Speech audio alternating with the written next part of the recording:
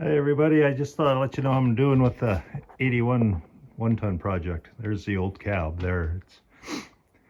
After I robbed the rest of the parts off of it, it'll go to its reward.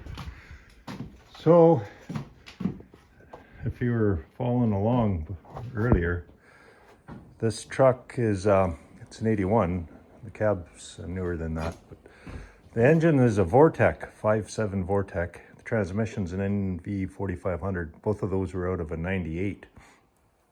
The 98 had a hydraulic clutch, of course, but it used a different master cylinder. It didn't, for the clutch. It didn't use this one, which is the one I just took out of here and replaced it with a new one because it's couldn't make it work, or it wasn't working. It was, needs a new one.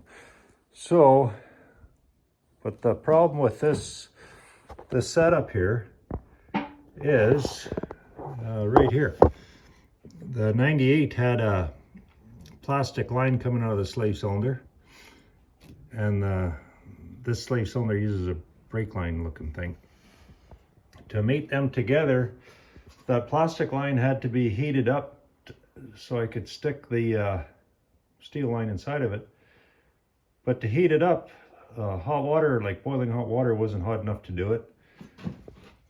Flame was too hot, so hot oil, like vegetable oil, like out of the deep fryer, soft, like, and didn't hold it in there very long, made it pliable enough where that steel line could be pushed in there like that, and then to bond it together so it didn't escape.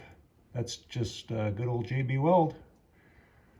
Yeah, solution to a lot of things. Oops, there goes the finger.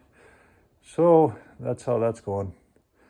Anyway, it's the clutch is pumping up nice. It's hopefully enough. I won't know without starting it. So thanks for watching and have a great rest of your day.